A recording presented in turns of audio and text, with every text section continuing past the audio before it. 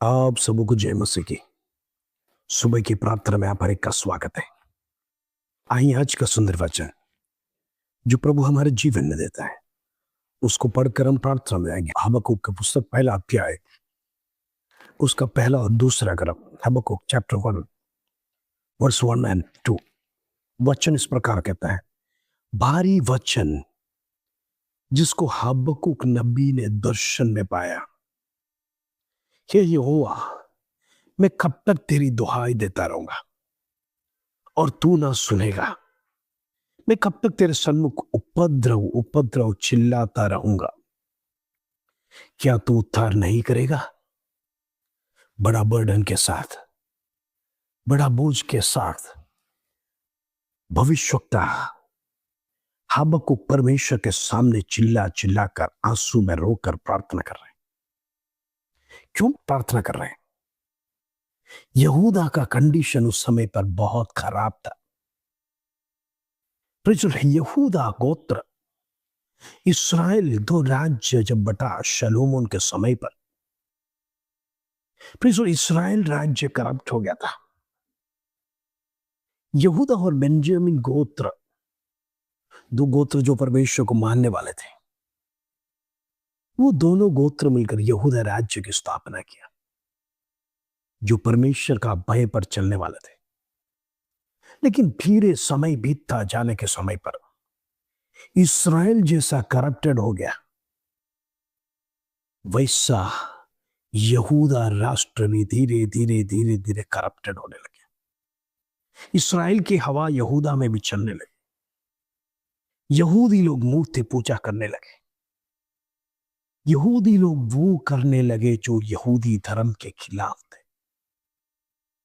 जो कुछ भी नियम था, उनका नियम शास्त्र में लिखा था, उसके विरोध जब काम करने लगे, यहूदा का दर्शन, यहूदा गोत्र, यहूदा राज्य का लोग करप्टेड हो गए। हालेलुया। उनके जीवन में बुराइयां होने लगी। उनका मन पाप के पीछे चलने लगा। गलत काम करते थे, गलत विचारों के साथ वो अपना जीवन जीते थे।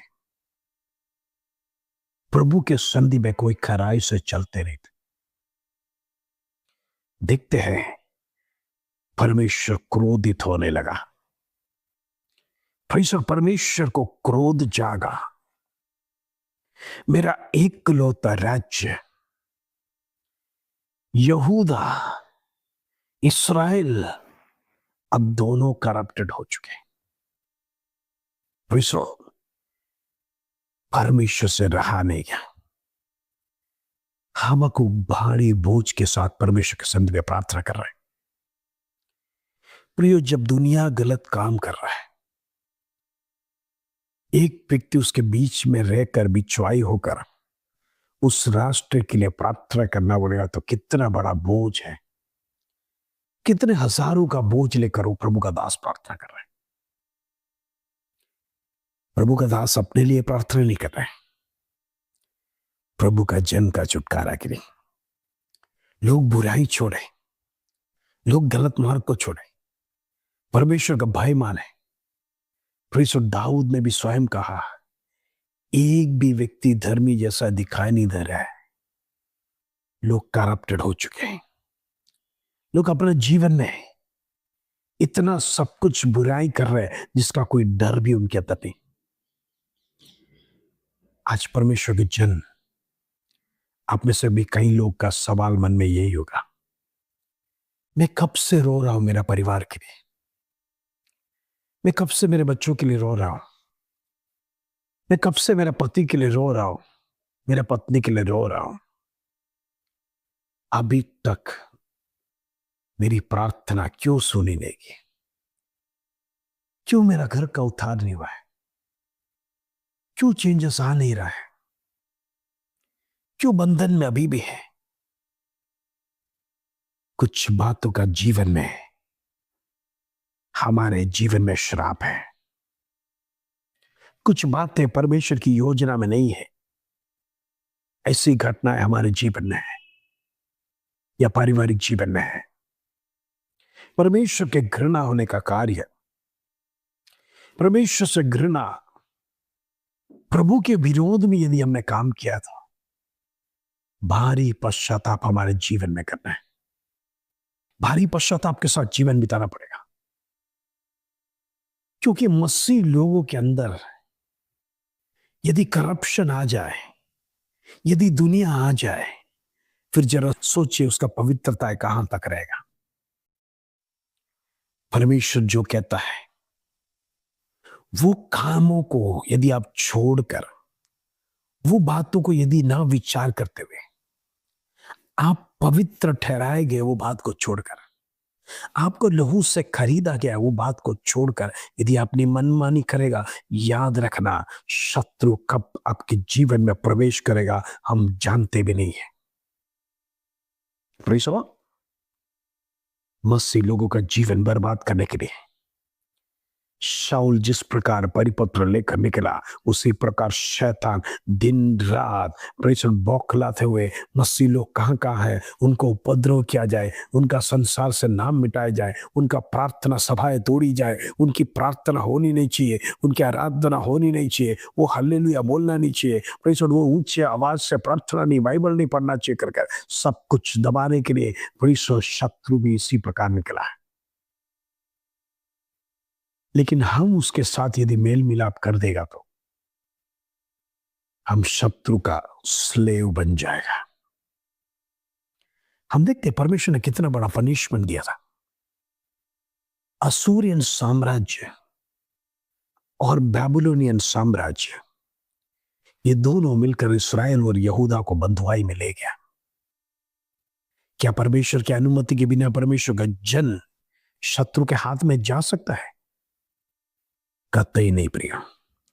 जब तक परमेश्वर अनुमति नहीं दिया, अय्यूब का जीवन में भी प्रेषण और नुकसान नहीं हुआ। हालेलुया। परमेश्वर की अनुमति के बाद ही शैतान उसके जीवन में कार्य किया, उसके भेड़ बकरियों को नाश किया, उसके बच्चों को नाश किया।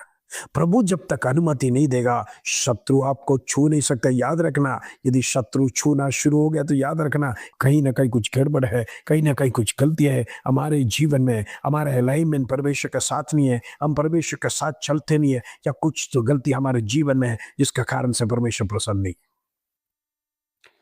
हबक्कुक आंसू के साथ रो रहा है, लंबे समय से रो रहा है एक उद्धार के लिए, देश छुड़ाए जाने के लिए, हमारा देश बचाए जाने के लिए। आज आप में से कई लोग भी प्रार्थना करते होंगे, मेरा परिवार छुड़ाया जाए, मेरे बच्चे छुड़ाए जाए, मेरा पति गलत मार्ग से वापस आ जाए। लेकिन शंका है, अभी तक प्रार्थना सुना क्यों नहीं है परमेश्वर? अभी तक उत्तर क्यों नहीं दिया है? अपने आप को जांचिए। अब खराई से परमेश्वर के सामने अपना हृदय को शुद्ध कर परमेश्वर के सामने गिड़गिड़ाइए। प्रभु ऐसा नहीं है कि प्रार्थना नहीं सुनता है। प्रार्थना सुनने वाला परमेश्वर, सर्वशक्तिमान परमेश्वर, सेनाओं का यहोवा, स्वर्ग में विराजमान परमेश्वर, वो परमेश्वर आपकी अवस्था बदलेगा।